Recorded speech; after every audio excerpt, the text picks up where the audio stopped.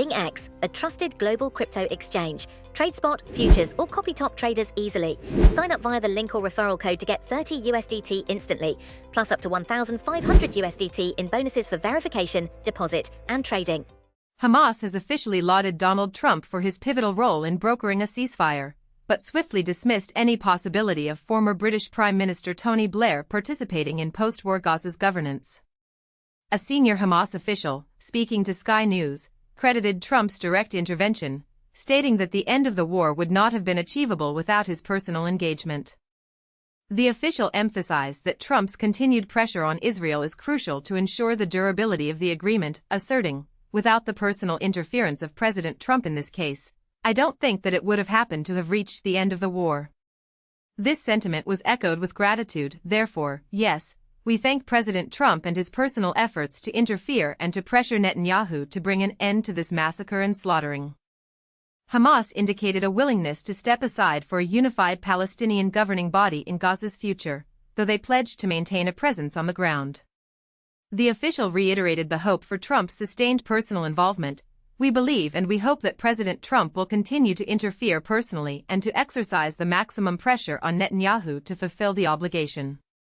First, as according to the deal, and second, according to the international law as an occupying power, because I think without this personal interference from President Trump, this will not happen." Concerns were raised about potential violations of the agreement, with the official noting, "We have already seen Netanyahu speaking to the media, threatening to go to war again if this doesn't happen, if that doesn't happen." However, the prospect of Tony Blair playing any role in Gaza's future was met with strong criticism. The official recalled, "When it comes to Tony Blair, unfortunately, we Palestinians, Arabs and Muslims and maybe others around the world have bad memories of him.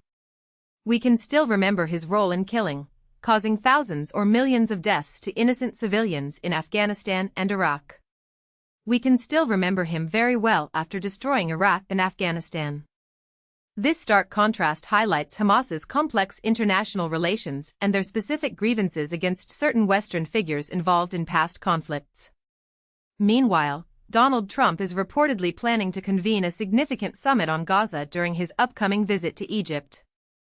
Axios, citing multiple sources, reported that the summit, potentially taking place in Sharm el-Sheikh on Tuesday, or possibly Monday, is expected to draw representatives from a broad spectrum of nations including Germany, France, the United Kingdom, Italy, Qatar, the United Arab Emirates, Jordan, Turkey, Saudi Arabia, Pakistan, and Indonesia. Notably, Israeli Prime Minister Benjamin Netanyahu is not anticipated to be in attendance. This initiative underscores Trump's continued engagement in Middle Eastern affairs, aiming to foster broader international consensus on the path forward for Gaza. In parallel, Israel has released an official list of Palestinian detainees slated for release as part of the comprehensive ceasefire and hostage exchange agreement. The list details the disposition of 250 Palestinian prisoners. 15 are to be released in East Jerusalem, 100 will be sent to the West Bank, and 135 are designated for deportation. Initial proposals from Hamas, submitted to mediators in Egypt, had sought the release of prominent Palestinian political figures, including Marwan Barghouti. However, Prime Minister Netanyahu's office has explicitly confirmed their refusal to release Barghouti, a move that could complicate further negotiations and reconciliation efforts. The absence of Barghouti, a highly popular and potentially unifying figure often likened to Nelson Mandela, from the list of released prisoners is a significant development, as he is seen as a crucial element for bridging divides within Palestinian factions. The dire humanitarian situation in Gaza remains a paramount concern, with UNICEF issuing urgent calls for the immediate opening of all aid routes. The agency warns of a potential catastrophic surge in child mortality if life-saving assistance is not delivered without delay. Ricardo Pires, a spokesperson for UNICEF, expressed grave concern, stating, "The situation is critical. We risk seeing a massive spike in child death, not only neonatal, but also infants, given their immune systems are more compromised than ever before." The primary focus is on nutritional support, as an estimated 50,000 children are at risk of acute malnutrition and require urgent intervention. In a testament to the ongoing crisis, UNICEF has successfully evacuated 2 newborn infants from a hospital in northern Gaza, reuniting them with their families in the southern part of the territory. Pires expressed hope that this successful transfer would be just an example of what will come after the ceasefire is fully implemented. The evacuation of these fragile newborns underscores the critical need for unimpeded humanitarian access. Following the announcement of the ceasefire's effect, thousands of Palestinian residents in Gaza have begun their journeys back north. The Israeli military confirmed their repositioning along updated deployment lines from midday Friday, marking the first cessation of hostilities since March.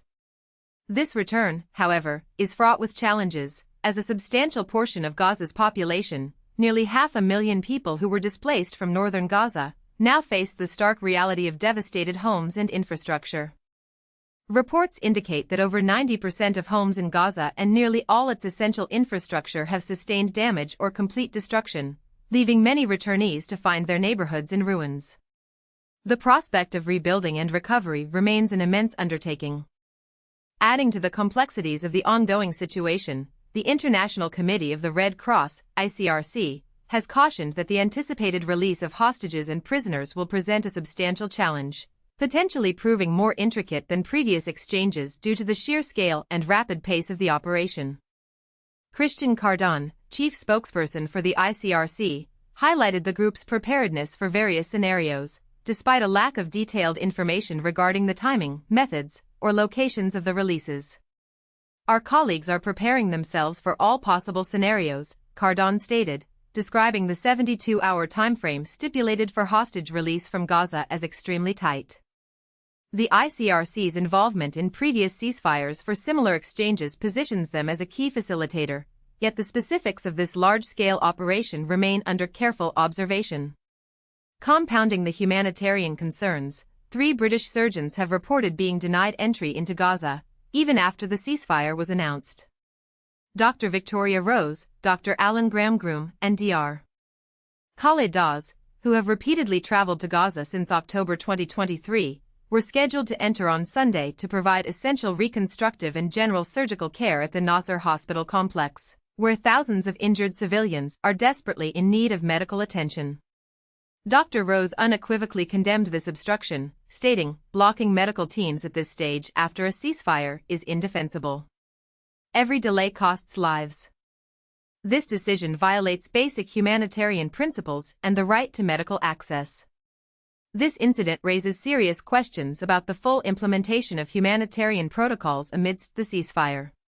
The broader international diplomatic landscape is also active.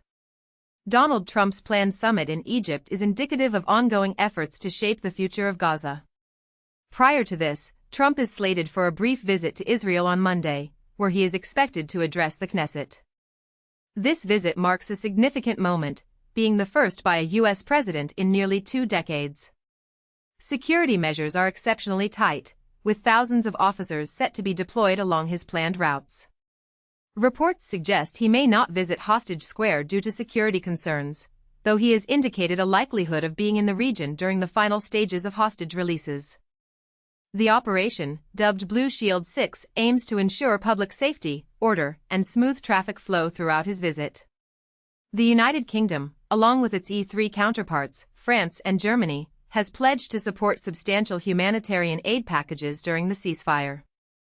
A joint statement from the leaders welcomed the agreement, the planned release of hostages, and the resumption of humanitarian aid, paying tribute to President Trump's leadership and the diplomatic efforts of mediators Egypt, Qatar, and Turkey.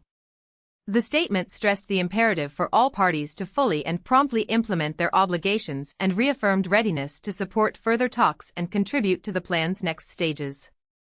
Crucially, the E3 leaders agreed that the UN Security Council should provide its full backing to the plan and its implementation. In a defiant address just an hour after the ceasefire commenced, Israeli Prime Minister Benjamin Netanyahu reiterated his commitment to disarming Hamas. He asserted that Israel's security interests dictated his actions and that he had resisted significant domestic and international pressure. Netanyahu stated, "Hamas agreed to the deal only when it felt the sword resting on its neck, and it is still on its neck. Hamas will be disarmed and Gaza will be demilitarized. If this is achieved the easy way, so much the better. And if not, it will be achieved the hard way." He also framed the conflict within a broader geopolitical context, suggesting that achieving Israeli security involved breaking the Iranian axis, of which Hamas is a central component. Analysts have characterized his speech as politically motivated, potentially geared towards an election audience.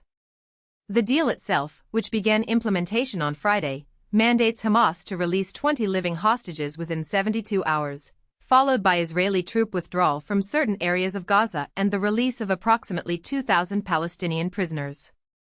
The specifics of subsequent stages remain subjects of ongoing discussion and negotiation. Amidst the unfolding events, trucks laden with food and fruit belonging to Palestinians